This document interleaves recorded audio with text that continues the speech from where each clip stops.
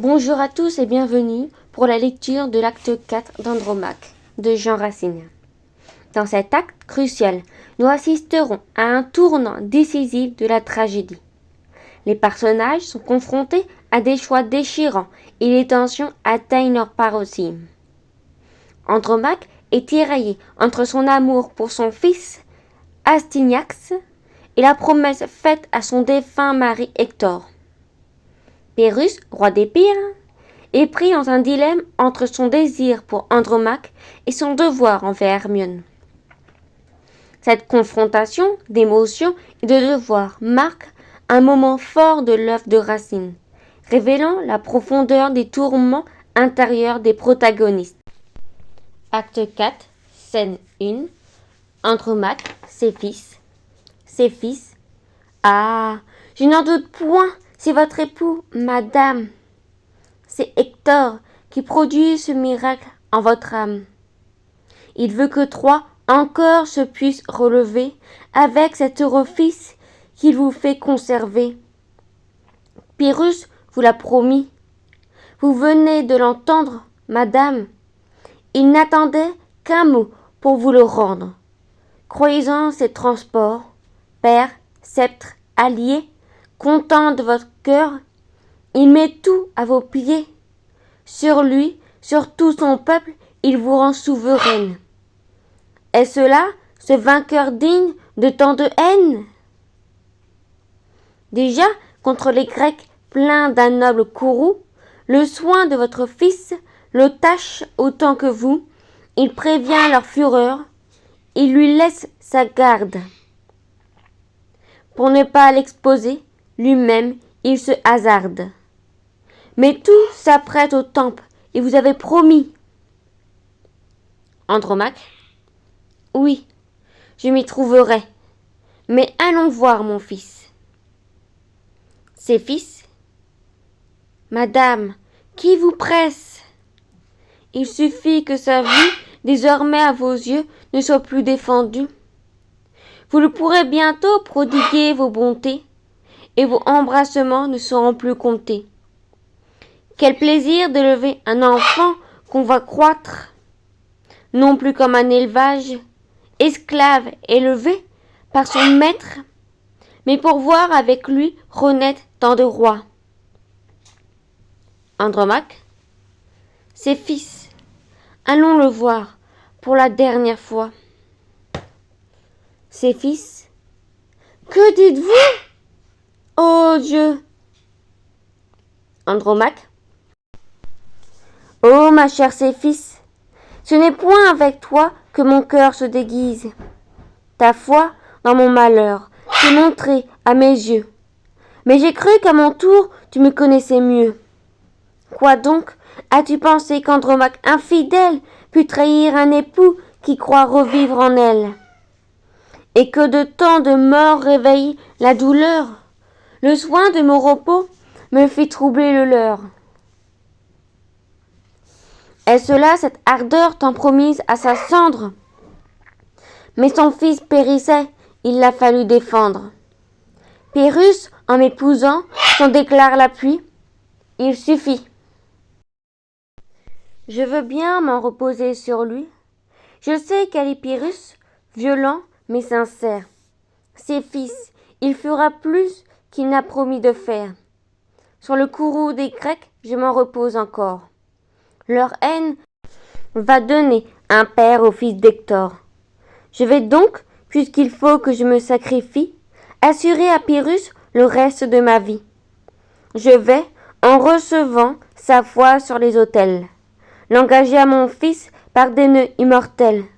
Mais aussitôt ma main, à moi, seule funeste, d'une infidèle vie abrégera le reste. Et sauvant ma vertu, rendra ce que je dois à Pyrrhus, à mon fils, à mon époux, à moi. Voilà de mon amour l'innocent stratagème, voilà ce qu'un époux m'a commandé lui-même. J'irai seul rejoindre Hector et mes aïeux.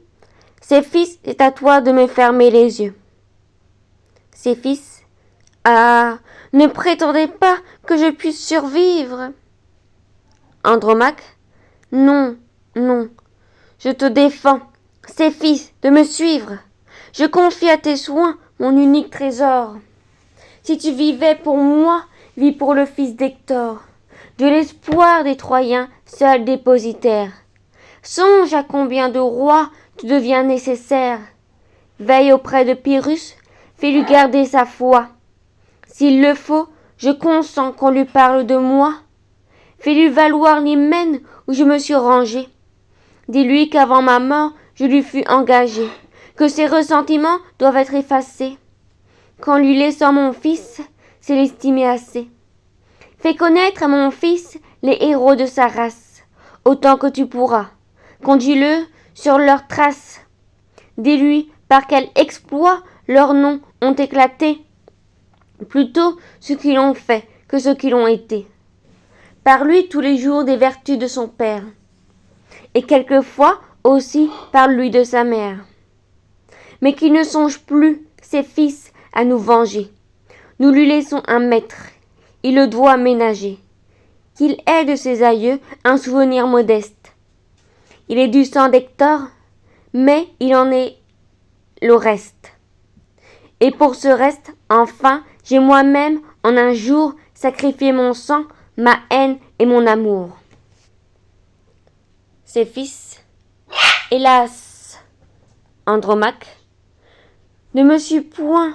Si ton cœur en alarme, prévois qu'il ne pourra commander à tes larmes. On vient, cache tes pleurs, ses fils, et souviens-toi que le sort d'Andromaque est commis à ta foi. C'est Hermione. Allons, fuyons sa violence. Scène 2. Hermione, Cléone. Non, je ne puis assez admirer ce silence. Vous vous taisez, madame, à su cruel mépris, n'a pas du moins troublé, agité votre esprit. Vous soutenez en paix une si rude attaque, vous qu'on voyez frémir au seul nom d'Andromaque. Vous qui sans décevoir ne pouviez endurer que Pyrrhus d'un regard le voulut honorer. Il l'épouse, il lui donne avec son diadème la foi que vous venez de recevoir vous-même. Et votre bouche, encore muette, attend d'ennui, n'a pas daigné souffrir pour lui, pour se plaindre de lui. Ah, que je crains, madame, un calme si funeste, et qu'il faudrait bien mieux. Hermione. Fais-tu venir Oreste? Cléone. Il vient, madame. Il vient, et vous pouvez juger que bientôt à vos pieds il allait se ranger, prêt à servir toujours sans espoir de salaire.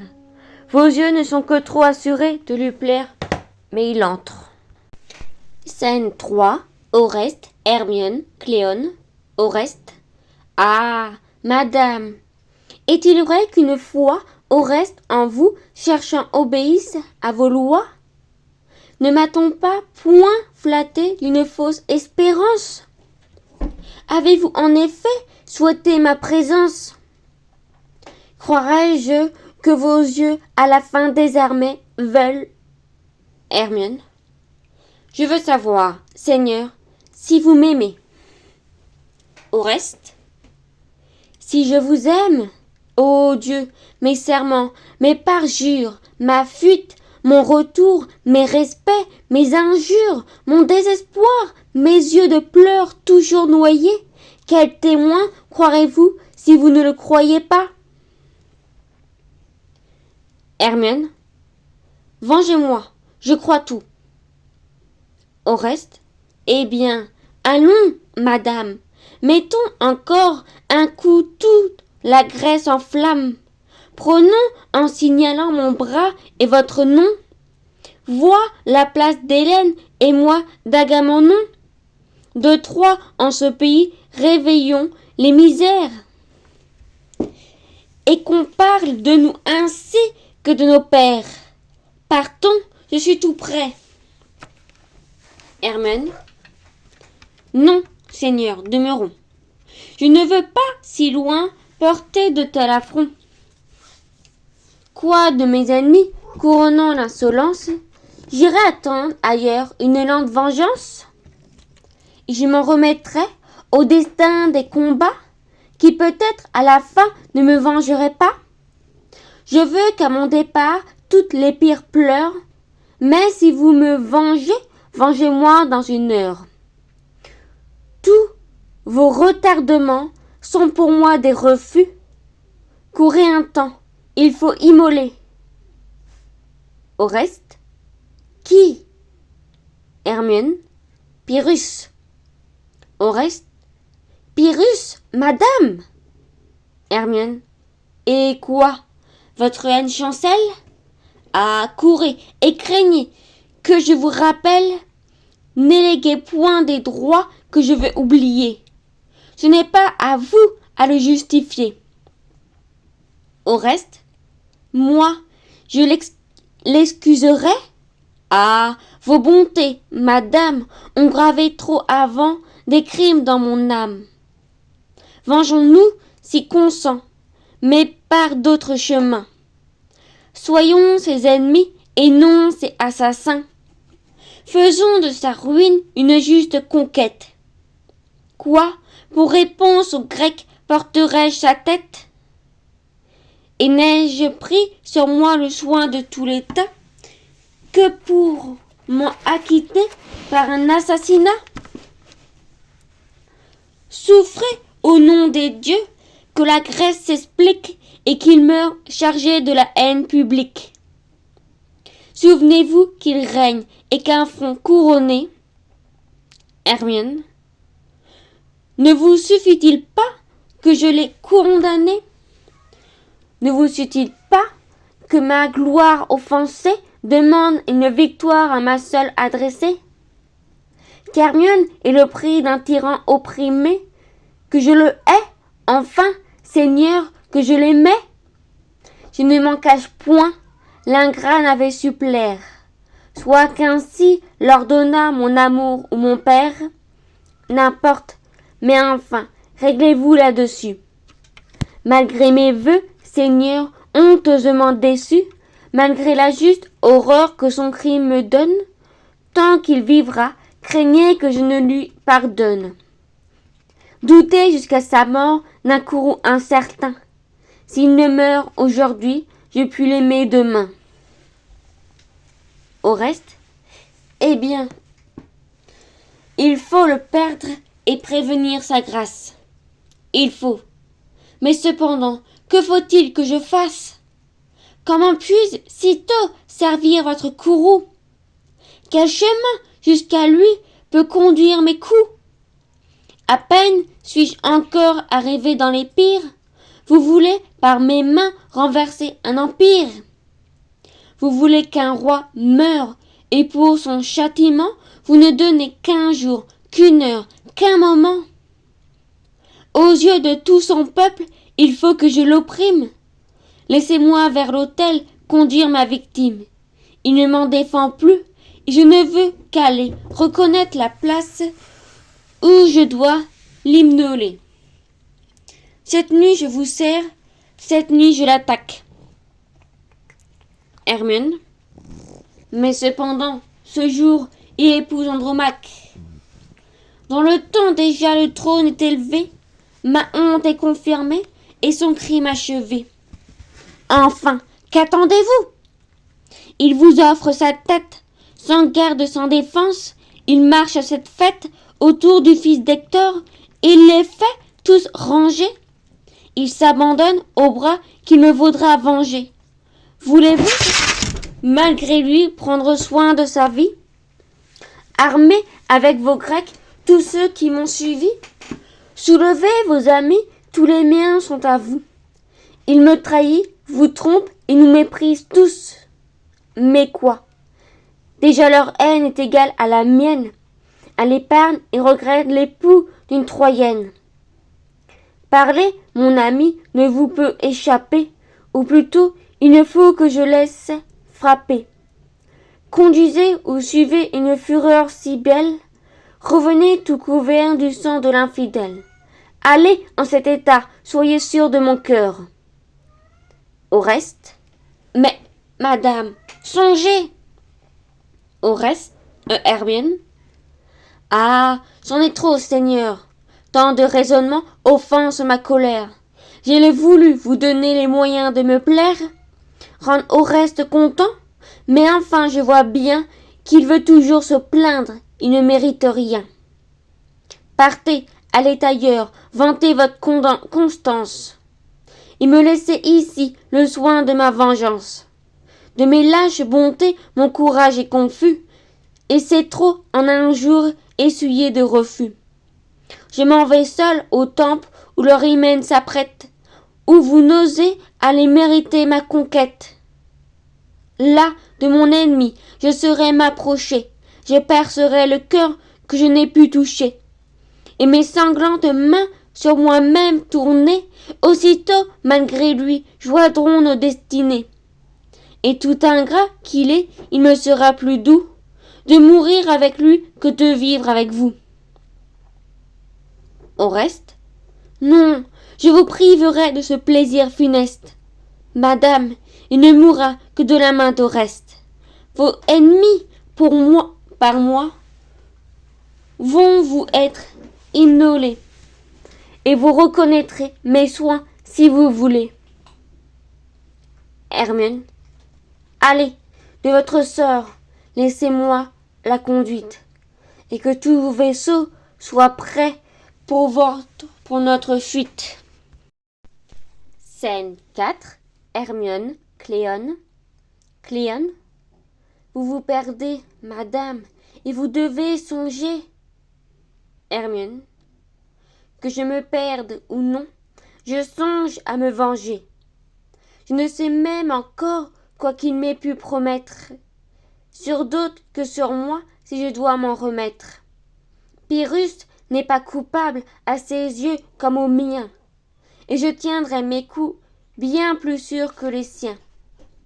Quel plaisir de venger moi-même mon injure, de retirer mon bras teint de sang de parjure, et pour rendre sa peine et mes plaisirs plus grandes, de cacher ma rivale à ses regards mourants.